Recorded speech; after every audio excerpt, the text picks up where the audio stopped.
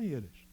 Mas tem um outro agente, né, nossos ancestrais indígenas, que esses sim pegavam o fruto da castanha, quebravam usando uma pedra e carregavam como merenda, matula, e mais lá na frente semeavam.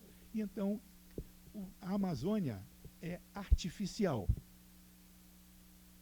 nesse sentido de que houve uma plantação de uma determinada espécie, essa distribuição dessa espécie é artificial, não é natural, ao longo da Amazônia inteira. Demorou 10 mil anos para isso acontecer.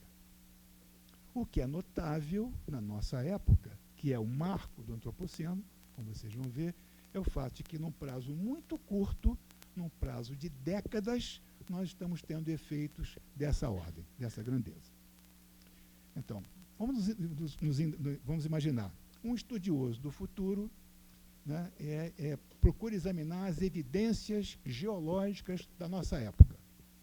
Então, usando recursos, que vão ser muito mais avançados, mas usando os recursos geólogos de hoje, que tipo de evidência ele encontraria de que, de fato, esse vasto processo de transformação planetária está em curso? Ele verificaria, por exemplo, que o clima está numa mudança muito rápida. Hoje, não há dúvida, se há 10 anos atrás ou 20, havia dúvida acerca, né, da mudança do clima, do aquecimento global, e do fator principal, do forçante principal dessa modificação ser a ação humana, hoje não há mais. Não há mais dúvida. Então, geólogos do futuro, né, vão ser capazes de, examinando amostras de atmosfera, né, examinando gelos antigos, constatarem que num prazo, em termos climáticos muito curto, uma grande mudança começou a acontecer. Então, não há, a rigor, comparação com a velocidade com que essa mudança está se dando. E essa mudança significa que nossos filhos, a próxima geração, viverá num ambiente substancialmente diferente daqueles das gerações precedentes. A última grande alteração climática sucedeu há 12 mil anos, com o final da era do gelo, dos degelos. Desde então, um padrão climático mais ou menos estável, alguns frios, alguns quentes, mas do começo do século XX para cá, acelerando significativamente em 1950, a temperatura do planeta começou a aumentar exponencialmente. E a expectativa hoje é esse aumento ele vai ser suave, médio ou intenso. Suave é menos de 2, médio entre 2 e 3, intenso mais do que 3. Chama a atenção de vocês que, se chegar o aquecimento a 5 graus por volta de 2100, desaparecem as florestas tropicais no mundo, inclusive a Amazônia. Desaparece, não sobrevive. Então, mudanças climáticas são um fator decisivo de transformação do mundo que nós vivemos. Em associação com essa alteração da biodiversidade, né, a substituição de biomas, a eliminação de biomas, então, de fato, é um impacto muito significativo. Há a expectativa hoje de que mais ou menos 35% dos mamíferos vão desaparecer até 2100. Ou seja, há uma grande chance de nossos filhos e netos só conhecerem seres tão extraordinários como os rinocerontes, as girafas, os hipopótamos, os tigres que povoaram a imaginação de Jorge Luiz Borges, só no zoológico ou por imagem. Desaparecerem da vida selvagem.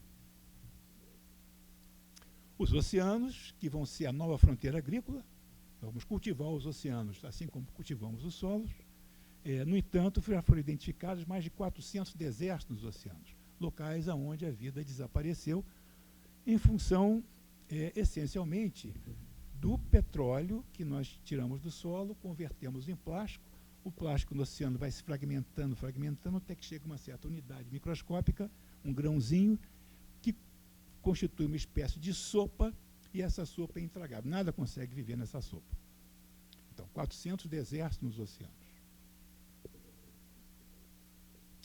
O aumento da população, hoje nós somos 7,3 bilhões de pessoas, em 2050, 2060, nos diz a ONU, devemos ser em torno de 10 bilhões. esses 3 bilhões a mais, nascidos praticamente sem exceção num cinturão tropical de países pobres. Então não são apenas mais 3 bilhões de pessoas, são mais 3 bilhões de despossuídos. Então, as mudanças climáticas e a desigualdade são os grandes desafios que nossa civilização vai ter que enfrentar para poder prosperar. E junto com isso, uma mudança biológica incrível, o fato de que, no último século, nós acrescentamos um império romano, 28 anos, de expectativa de vida globalmente. Ou seja, hoje nós vivemos a mais o que um romano típico vivia, tinha expectativa de vida no Império Romano. Nós vivemos tudo isso a mais. Isso faz coisas notáveis, faz, por exemplo, com que avô seja comum. Avô era uma raridade, avô era incomum na história da humanidade. Você vive 28 anos, não dá tempo de ser avô. Quanto mais avô participante, que fica em casa no final de semana com os netinhos, né, para os pais irem ao cinema, não podia haver esse tipo de família estendida. E as transformações técnicas cada vez mais aceleradas, levando tanto a dissolução do limite entre o orgânico e o inorgânico, o natural e o artificial, o objetivo e o subjetivo, o interno e o externo, essa hibridação, quanto o horizonte dos seres artificiais. Eventualmente, o surgimento de uma autêntica inteligência artificial que seria o correspondente a um alien. Só que, em vez de ser um marciano verde descendo de um disco voador prateado, nós teremos sido os parteiros dessa outra entidade.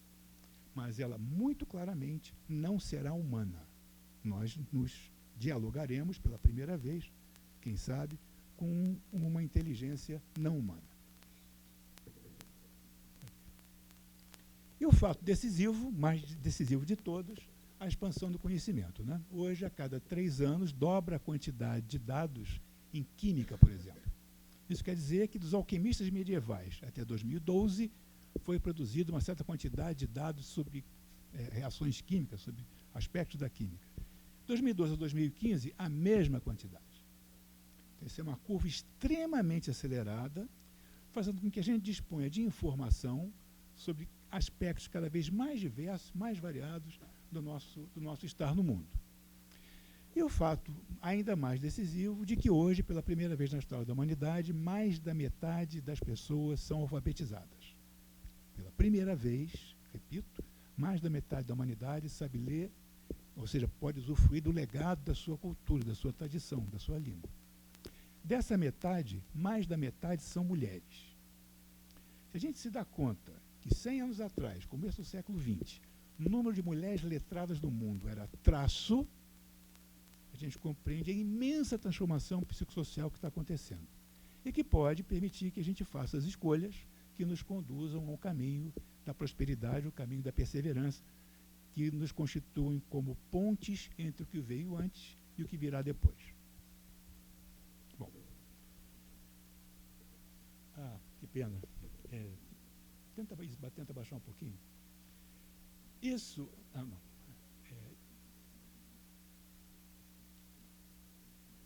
Isso, numa das... Você sabe que, além de estarmos no antropoceno, estamos no antrumpoceno. Então, isso não foi uma das manifestações nas quais, de maneira extremamente sintética, isso é Science 101, ou seja, o nível básico de ensino de ciência no ginásio, nos Estados Unidos. 5 pontos. Está aquecendo, somos nós, temos certeza, não é legal, mas podemos consertar. E com as referências, né? Primeiro cartaz de protesto com referência, que só pode ter sido um cientista para fazer um... Bem, vamos então explorar um pouco mais profundamente aspectos do antropoceno. Eu vou me servir de artigos publicados por personalidades muito significativas para a gente ter um panorama, tá, sobre o que está acontecendo no antropoceno. Pode ir. Não, subir um pouco, por favor. Trump é assustador, mas não percamos a fé no progresso. Esse é o John Horgan, foi durante muitos anos editor da Nature, mais importante revista científica do mundo. E o Horgan, então, ele vai apresentar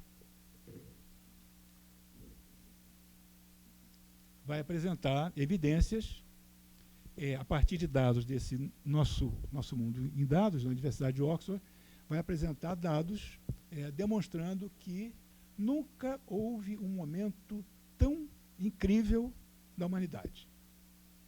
Nunca a humanidade esteve num estado tão benéfico, tão bacana quanto esse de hoje. Por quê? Porque, por exemplo, como diz aqui, somos mais ricos. Então aqui mostra, né, o decréscimo do número de pessoas que vivem no limiar da miséria, 1,25 dólares por dia. Então você pode ver as curvas de decréscimo, decréscimo global, olha, né, ao longo de 20 anos. Então, em 20 anos, né, a evidência desse enriquecimento em escala global. Sobe mais um pouquinho, por favor. Aqui também uma outra evidência, o aumento da expectativa de vida. Então, vocês podem ver que desde 1700, né, durante muito tempo estável, depois começou a aumentar, e agora, depois de 1950, realmente a curva já apontando para cima, né? Então, de fato, hoje vive-se mais, morre menos crianças, morrem menos mães no parto, de tal maneira que, globalmente, a longevidade está aumentando. Então, somos mais ricos e somos mais saudáveis. Pode ir.